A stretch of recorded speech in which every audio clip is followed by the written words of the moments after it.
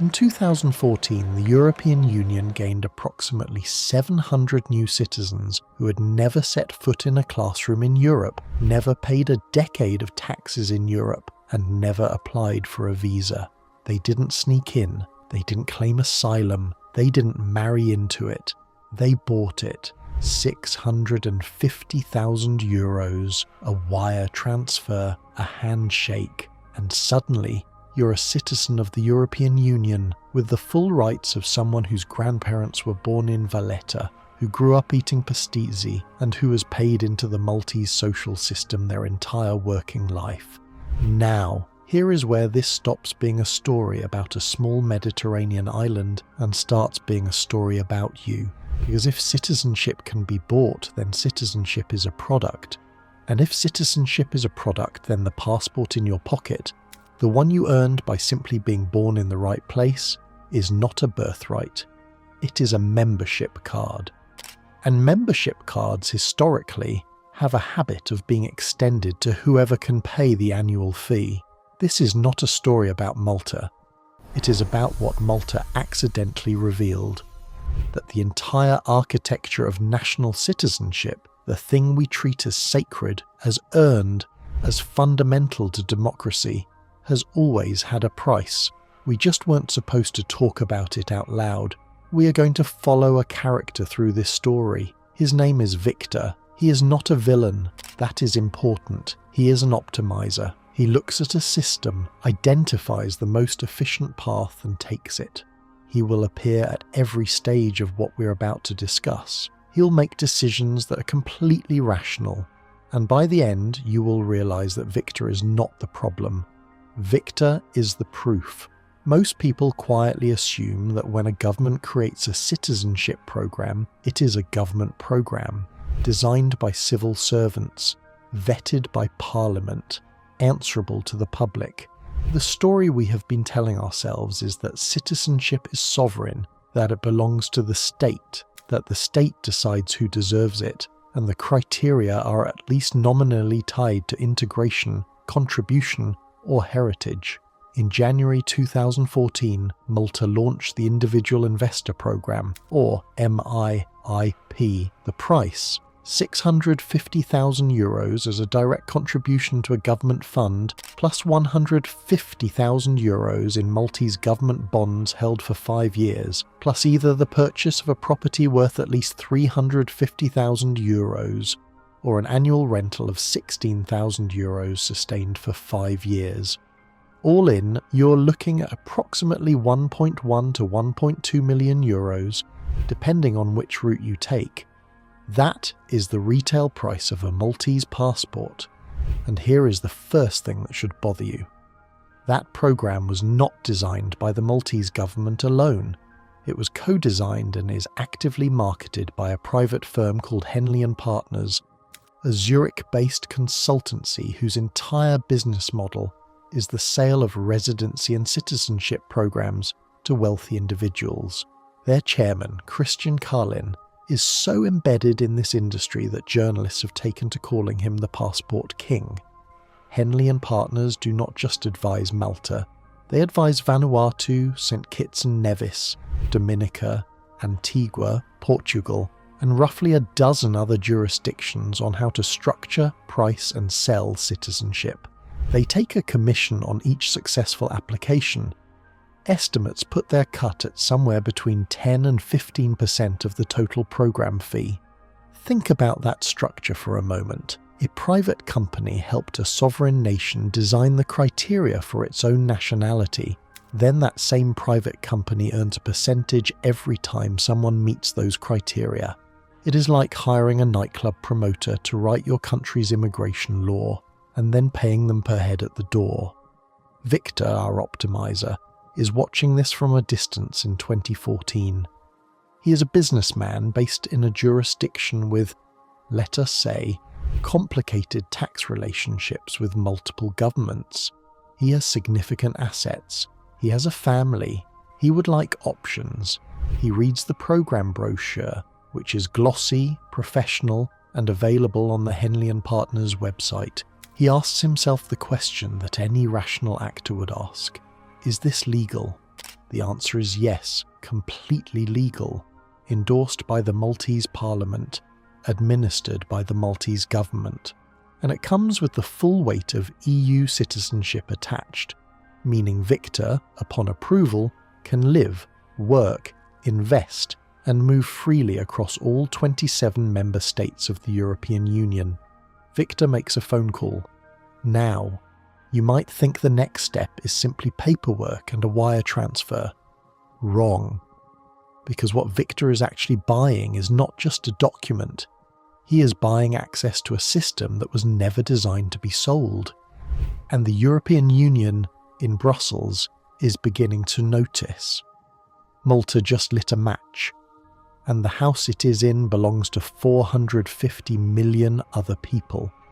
The European Union treaty framework is built on a principle called sincere cooperation. Member states are expected to act in good faith towards the Union and each other. Citizenship of an EU member state automatically confers EU citizenship. That has been the case since the Maastricht Treaty in 1993. It was designed to deepen integration, to give Europeans a shared identity layered on top of national identity.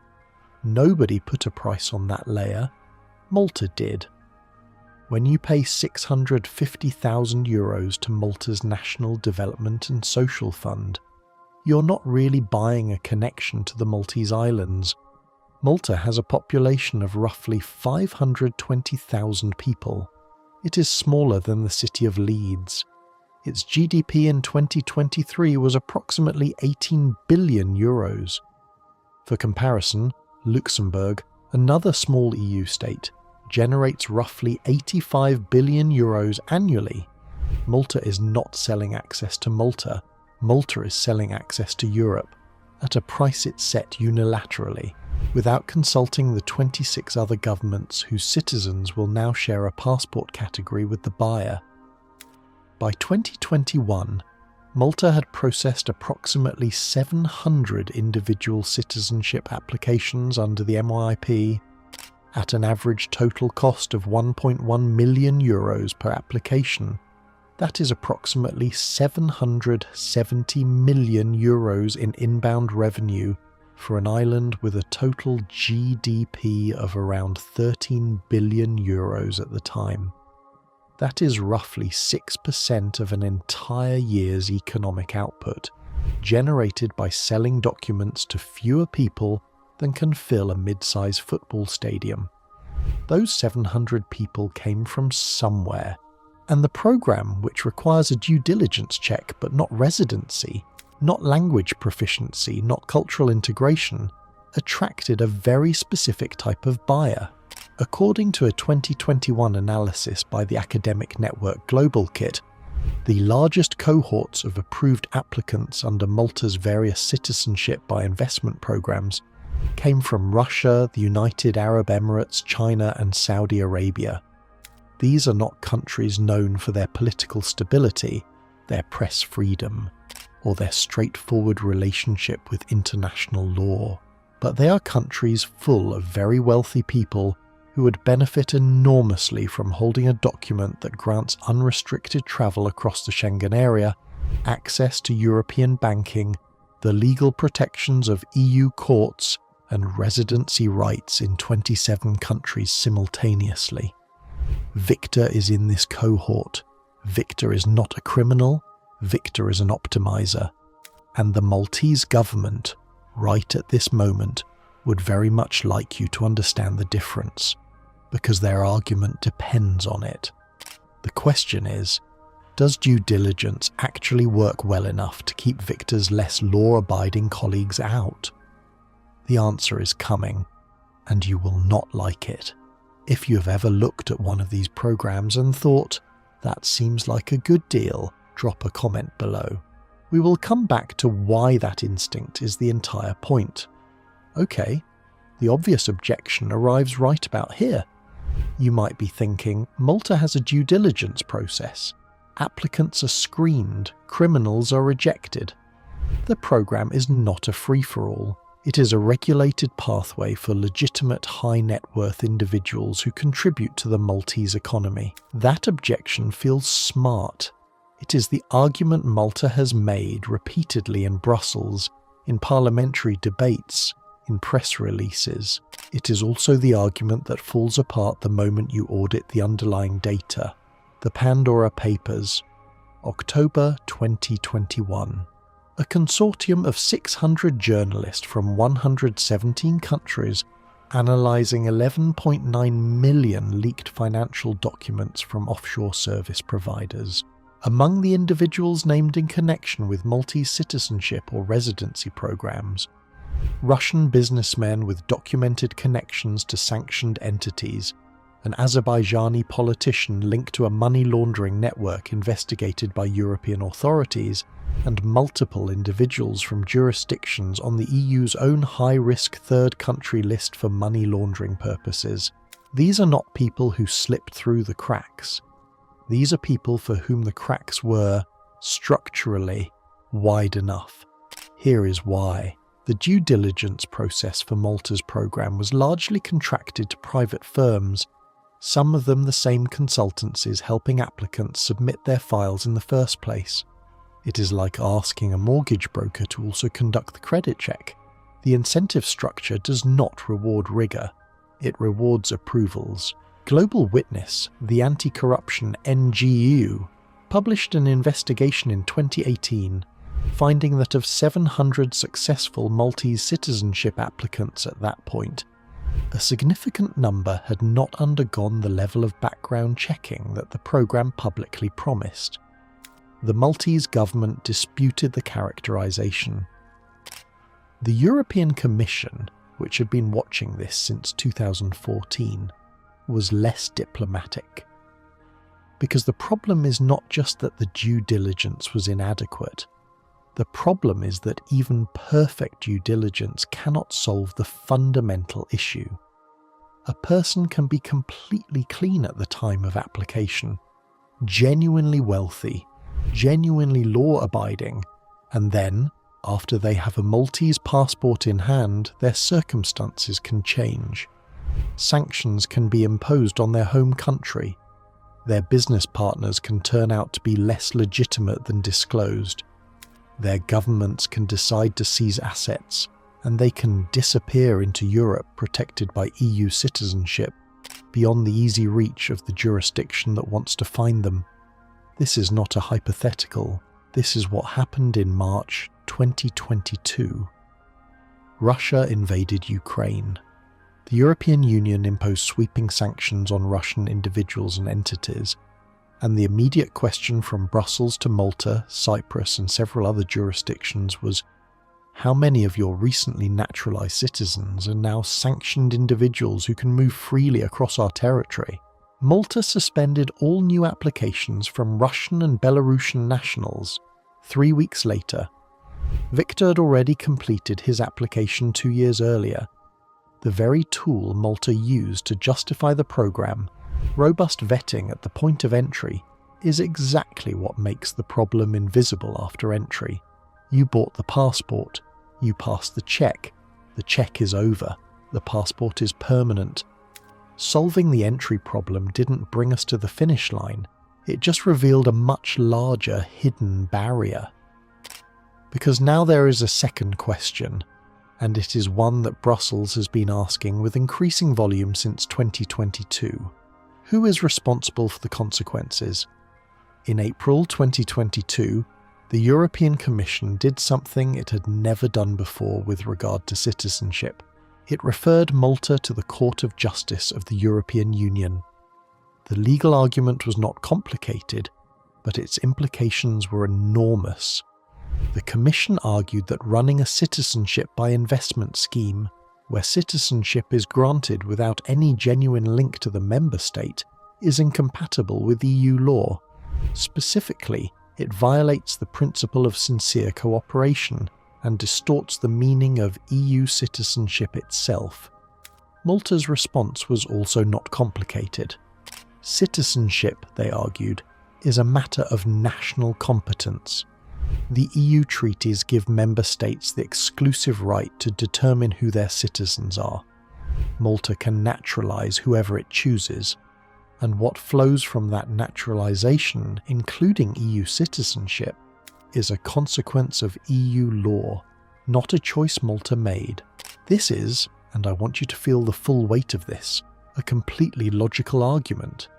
It is also an argument that, if accepted, means any member state can sell EU citizenship without limit, at any price, to anyone who passes whatever threshold they decide to set. Welcome to a governance structure that was designed to deepen integration but forgot to lock the back door. The EU's counter-argument goes like this. EU citizenship is not simply a derivative of national citizenship. It has its own substance, its own rights, its own meaning. It cannot be reduced to a commodity by one member state acting unilaterally. If Malta can sell it for €650,000, what stops a smaller, poorer member state from selling it for €100,000? What stops a member state in financial distress from selling it for $50,000? What stops, theoretically, a captured or corrupted government from selling it for nothing at all, in exchange for other favours? The further you pull on this thread, the faster the entire garment unravels. The Court of Justice case is ongoing as of the time of this script. Malta has not stopped issuing passports while the legal process continues, because legally, until the court rules, it is still within its rights to do so. Victor, watching this from wherever Victor now lives since he has options, finds this drama mildly interesting but not immediately relevant to him. He has a valid Maltese passport. His passport is not affected by a legal case that has not yet produced a ruling. His rights as an EU citizen are intact. The debate about whether the scheme was legal is happening years after the product was delivered. The house was sold before the planning permission was queried. Now here is the question nobody wants to answer in Brussels.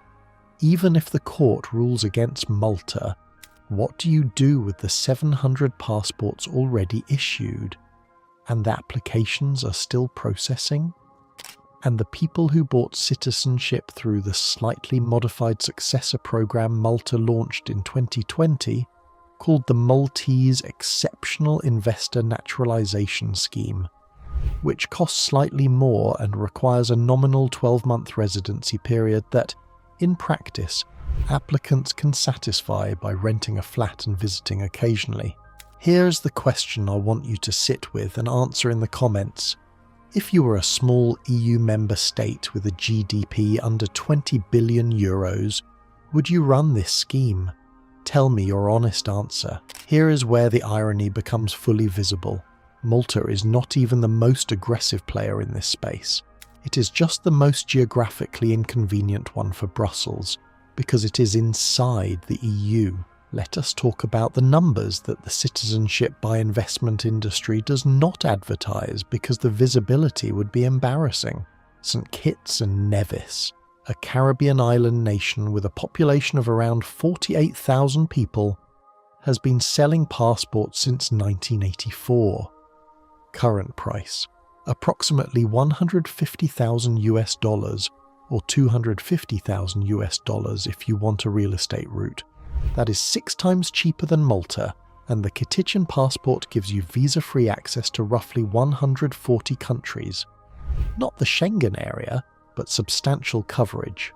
Dominica, $100,000. Vanuatu, $130,000. Fastest processing in the industry at approximately 30 days. Antigua and Barbuda, $100,000, all offering visa-free or visa-on-arrival access to the UK and the EU Schengen area through bilateral arrangements. The citizenship by investment industry is, according to analysis by the Investment Migration Council, a market worth approximately $30 billion globally per year. Now let's talk about Cyprus. In 2020, Al Jazeera ran a sting operation. They're journalists posing as representatives of a fictitious convicted fraudster, approach Cypriot officials about obtaining Cypriot citizenship for their client, a man with a formal conviction for a major financial crime. They recorded meetings. In those recordings, senior Cypriot officials discussed how to structure the application to obscure the client's background.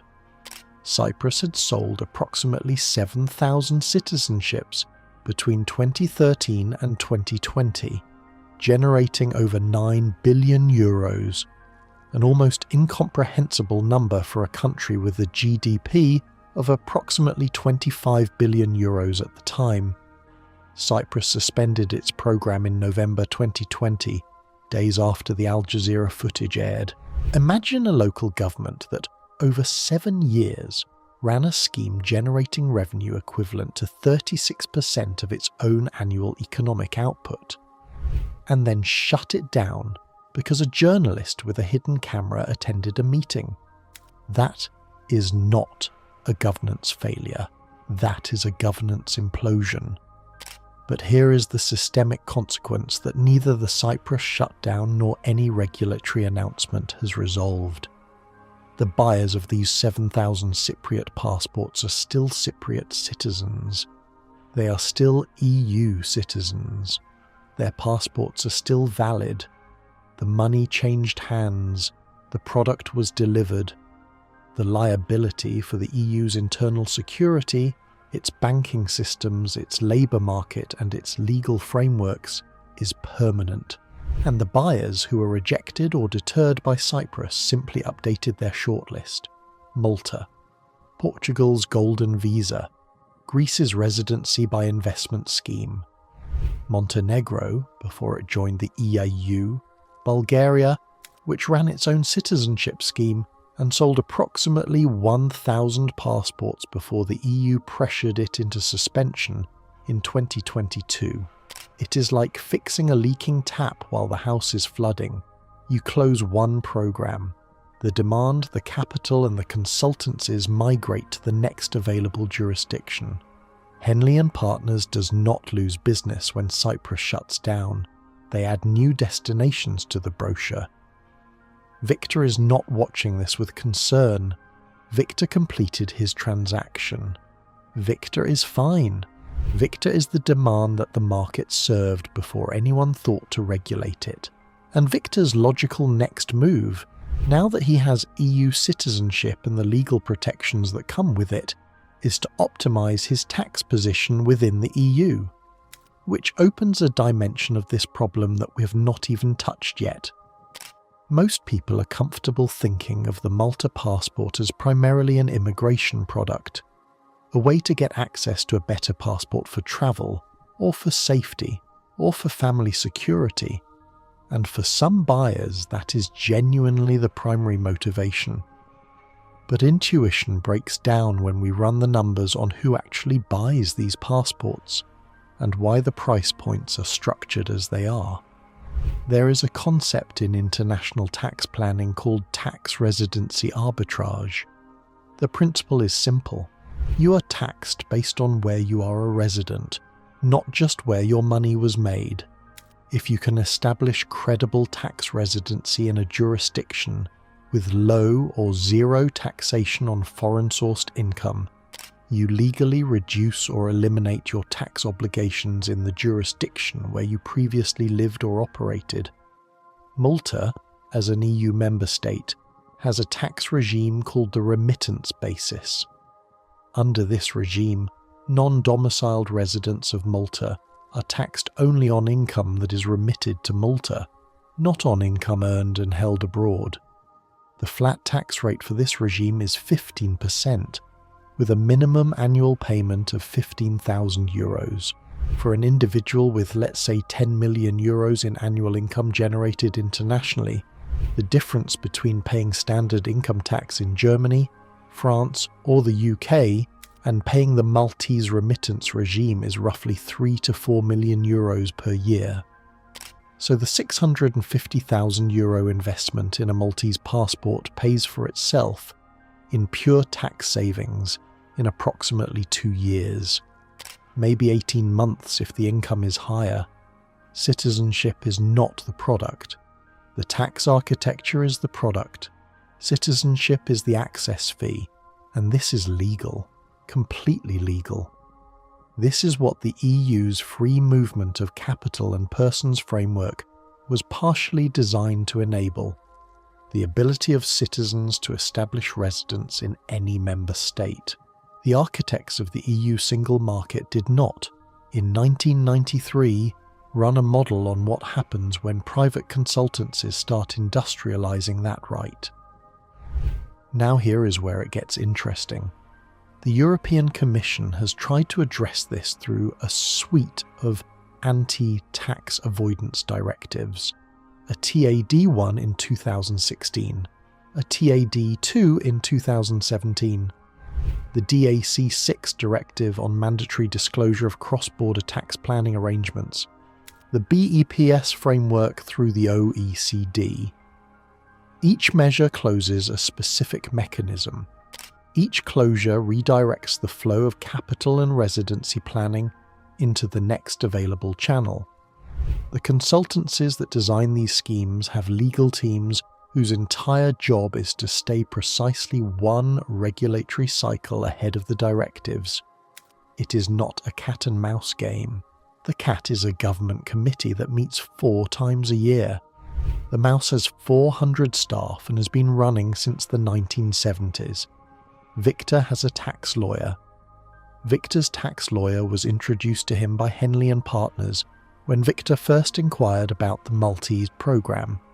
Victor's tax lawyer has a very elegant structure involving a Maltese holding company, a Liechtenstein foundation, and an Irish royalty arrangement. This structure is reviewed annually and updated as directives change. Victor is not doing anything illegal. Victor is, in the language of tax authorities, following the law as written. The question that nobody who designed the law wants to answer publicly is, did they write it well enough? And the answer, evidenced by the volume of capital that has flowed through these structures every year since 2014, is clearly no. Success has a funny way of creating its own enemies. Now that Victor has his structure, it has attracted attention, not criminal attention, regulatory attention, journalistic attention, and increasingly political attention. Because Victor multiplied by 700 applications in Malta, plus 7,000 in Cyprus, plus thousands more across the Caribbean, the Balkans and the Middle East, becomes a number that finance ministries can no longer politely ignore. The very architecture Victor used to optimize his position is exactly what is now forcing the EU's hand on something far larger than citizenship programs. Let's say the European Commission wins its case against Malta at the Court of Justice. Let us say the ruling comes down clearly. Citizenship by investment schemes are incompatible with EU law. Malta must close the program. Let's say every other EU member state, spooked by the ruling, shuts down their own similar schemes. Portugal closes its golden visa program entirely, not just the real estate route it modified in 2023. Greece ends its residency scheme. Bulgaria confirms its permanent suspension. Congratulations. Every active EU pathway to buy citizenship or residency is closed. Wrong. The hard part has not even started, because the knowledge cannot be unlearned. Between 2013 and 2024, the citizenship by investment industry published detailed price lists, processing timelines, due diligence frameworks, and investment route comparisons for dozens of jurisdictions. That information is in thousands of law firm databases, consultancy websites, and client files. The infrastructure of the industry, the lawyers, the financial advisors, the real estate agents, and the licensed representatives all remain in place. The moment EU-based programs close, the demand shifts to Caribbean and Pacific programs, which already existed, have lower price points, and remain outside EU jurisdiction. You cannot regulate St. Kitts from Brussels. The Schengen visa relationships do not automatically terminate. Several Caribbean citizenship programs carry visa-free access to Schengen countries under bilateral agreements. Closing the Maltese program does not close the Dominica to Schengen travel route. The European Commission does not negotiate those bilateral agreements. Individual member states do. Good luck getting 27 governments to simultaneously renegotiate visa waiver agreements for 8 Caribbean nations: the existing passport holders, the 700 in Malta, the 7,000 in Cyprus, the hundreds in Bulgaria. The golden visa holders in Portugal and Greece who transition to residency may have a path to citizenship after years of nominal residence. These individuals are citizens. The legal concept of ex post facto revocation of citizenship for something that was legal at the time it occurred is extraordinarily difficult to execute and almost unprecedented in democratic states. The EU has no mechanism for collective denaturalization. The precedent itself. Malta proved that EU citizenship can be monetized. Even if every program closes today, every future government facing a debt crisis, a development funding gap, or simply a politically powerful consultancy with a convincing pitch, now knows that a market exists, that buyers are willing to pay, that the due diligence can be structured to satisfy regulators without actually preventing abuse, and that by the time the legal challenge reaches a court, the money has already been collected.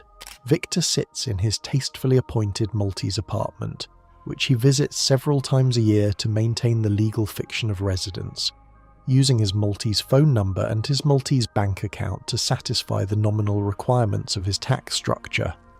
He reads the news about the European Commission's court case. He finds it interesting, academic. His passport does not expire until 2034. This is not about Victor winning. Victor did not win anything. Victor simply identified the fastest legal path through an architecture that was never coherent enough to have a meaningful definition of winning. The situation is actually worse than initially presented, because the real damage is not the 700 Maltese passports. The real damage is what Malta's experiment did to the concept itself. Before 2014, citizenship by investment was a niche industry, a quiet arrangement between small jurisdictions and private banks. After 2014, it became a headline, a legal battleground, a template, a lesson in how a sovereign government can monetize something that it never created and does not fully own.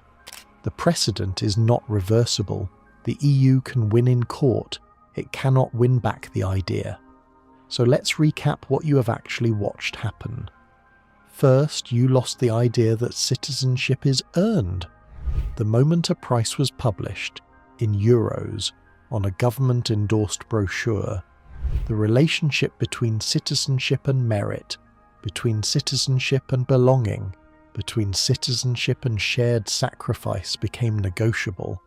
You cannot unpublish that price. Then, you lost the idea that the EU is a coherent regulatory bloc. 27 members, one citizenship framework, and one of those members was selling access to the framework to people who had never participated in the project. The architecture of shared rights was used as a product, and the other 26 members had no legal veto, only a slow, grinding court case. Then, you lost the idea that closing the loophole closes the problem. Cyprus closed, Bulgaria closed, Portugal modified. Malta faces a court challenge. The industry has more destinations today than it had in 2014. The demand has not decreased, it has professionalized. Malta's passport economy is not just a corruption story, or a legal story, or a financial story. It is a proof of concept story. It is proof that nationality, that most intimate of political identities, the thing people have died for, the thing people have spent decades building towards, through asylum claims and integration exams and naturalization ceremonies, is a commodity. It always was. Malta just had the audacity to publish the exchange rate. And that brings us to the thing that will genuinely stay with you. The real scandal is not that Malta sold citizenship.